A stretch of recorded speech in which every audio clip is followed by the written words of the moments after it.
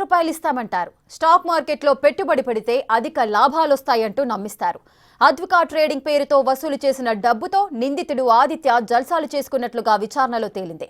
కోట్ల రూపాయల సొమ్మును సొంత అవసరాలకు మళ్లించినట్లు చెబుతున్నారు. బాధితులు పోలీస్ స్టేషన్ల చుట్టూ తిరుగుతున్నారు. వైజాగ్ నుండి వచ్చిన బాధితులు ఏసీపీ దామోదర్కు ఫిర్యాదు చేశారు. మరింత సమాచారం మా ప్రతినిధి సాహిత్య అందిస్తారు.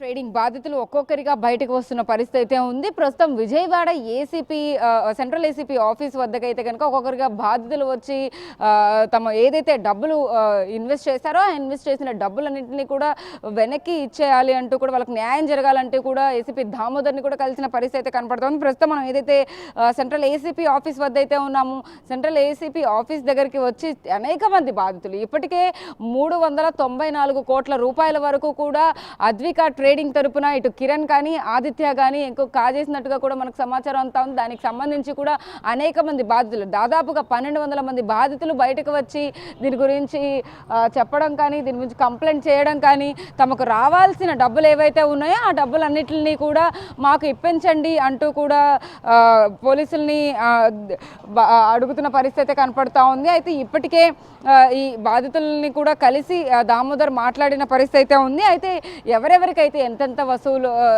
చేశారో వాళ్ళ దగ్గర నుంచి వాళ్ళకి డబ్బులు ఎంత ఇప్పించాలి అనేది అయితే కనుక కంప్లైంట్ తీసుకుని దాని ఆధారంగా అటువైపు ఆదిత్యాన్ని కూడా ఇప్పటికే ఇన్వెస్టిగేట్ చేస్తూ ఉన్నారు, కిరణ్ని కూడా ఇన్వెస్టిగేట్ చేస్తూ ఉన్నారు. దీనికి సంబంధించి కూడా ఎఫ్ఐఆర్ కూడా ఫైల్ అయింది. అయితే బాధితులు కొంతమంది ఇక్కడికి వచ్చిన నేపథ్యంలో వాళ్ళతో కూడా మాట్లాడించే ప్రయత్నం అయితే చేద్దాము.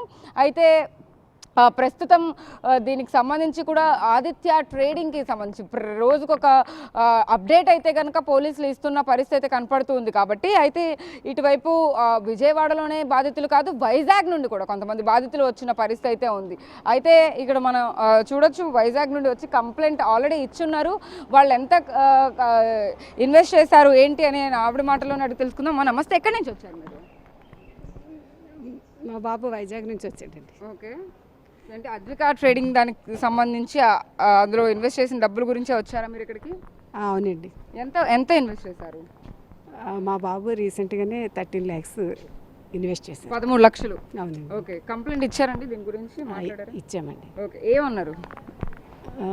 ఏసీపీ దామోదరం గారు ఈ విషయాన్ని మరి ప్రతిష్టాత్మకంగా తీసుకొని మరి చేసి బాధితులకి అందరికీ డబ్బులు వచ్చేటట్టు చేస్తాం. అంటే ఇందులో వేలాదిగా బాధితులు చాలా మంది ఉన్నారు. అందులో లక్షల డబ్బులు, కోట్ల డబ్బులు కూడా ఇన్వెస్ట్ చేసినట్టుగా కూడా తెలుస్తోంది. అంటే మీ డబ్బులు ఎంతవరకు మీకు ఇచ్చే బాధ్యత తీసుకుంటా అని చెప్పేసి ఉన్నారు ఆయన?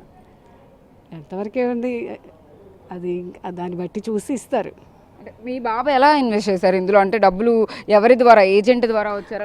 కొంతమంది ఏజెంట్లు వీళ్ళని మోసగించి జాయిన్ చేశారనమాట. ఓకే, జాయిన్ చేస్తే వీళ్ళు అలా అందులో కట్టి చాలా నాళ్ళ నుంచి ఇంట్రెస్ట్లు కూడా రాలేదు. అయితే మరి చెప్దామని వచ్చాము. ఏ మంత్లో పే చేశారమ్మా డబ్బులు? అంటే 13 లక్షలు ఏ మంత్లో ఇచ్చారు? ఫిబ్రవరిలో. ఎన్ని నెలల వడ్డీ ఇచ్చారు ఆయన? 1 month ఇచ్చారు. 1 month ఇచ్చారు. అంటే ఎంత పర్సెంటేజ్ ఇస్తామని చెప్తే మీరు డబ్బులు కట్టిన పరిస్థితి? 6% ఇస్తామని చెప్పారా? ఓకే, అంటే మీ బాబు ఏం చేస్తూ ఉంటారు? అలాగే ఇన్వెస్ట్మెంట్లు చేస్తూ ఉంటారు. ఓకే, ఏంటి అంటే ఇప్పుడు ఏమని చెప్పారు? డబ్బులు వెనక్కి వస్తాయని చెప్పారా? వారు ప్రయత్నం చేస్తారు, వాళ్ళ ప్రయత్నం వాళ్ళు చేస్తారు. మనకి ఇవ్వాలి అనుకుని ఇస్తారు తప్పనిసరి. నేనైతే ఇస్తారని నమ్ముతున్నాను. ఓకే అండి. అంటే ఎంతమంది బాధితులు బయటకు వచ్చారని చెప్పి, అంటే మీకు ఎవరి ద్వారా తెలిసింది మీకు అసలు ఇలా మోసం జరిగింది అని చెప్పి? నాకు మా బాబు ద్వారానే తెలుసు. ఓకే, ఇలా డబ్బులు ఇచ్చాము మోసపోయామని చెప్పేసి? మోసపోలేదు, వస్తాయిలేండి అవి. వస్తాయని నమ్మకం ఉందా? నాకు ఉందండి నమ్మకం.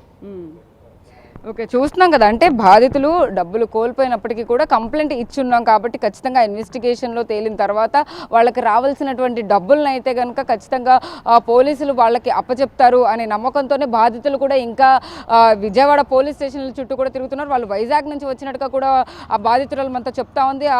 వాళ్ళ కొడుకు 13 లక్షల రూపాయలు అయితే కనుక ఇందులో ఇన్వెస్ట్ చేసిన నేపథ్యంలో అయితే కనుక ఒక్క నెలకి సంబంధించిన వడ్డీ మాత్రమే పే చేసినట్టుగా అద్వికా ట్రేడింగ్ వాళ్ళు చెప్తున్న పరిస్థితి ఉంది. ఇదే విధంగా అనేక మంది బాధితులు కూడా వస్తున్న నేపథ్యంలో అద్వికా ట్రేడింగ్ ఏం చేయబోతుంది, అసలు పోలీసులు ఇన్వెస్టిగేషన్ ఎంతవరకు కొనసాగబోతుంది, వాళ్ళ డబ్బులు వాళ్ళకి చేరుతాయనేది అయితే కనుక వేచి చూడాల్సిన పరిస్థితి కనపడుతుందని చెప్పొచ్చు. వీడియో జర్నలిస్ట్ శివరామకృష్ణ, సాహిత్య, బిగ్ టీవీ, విజయవాడ నుంచి.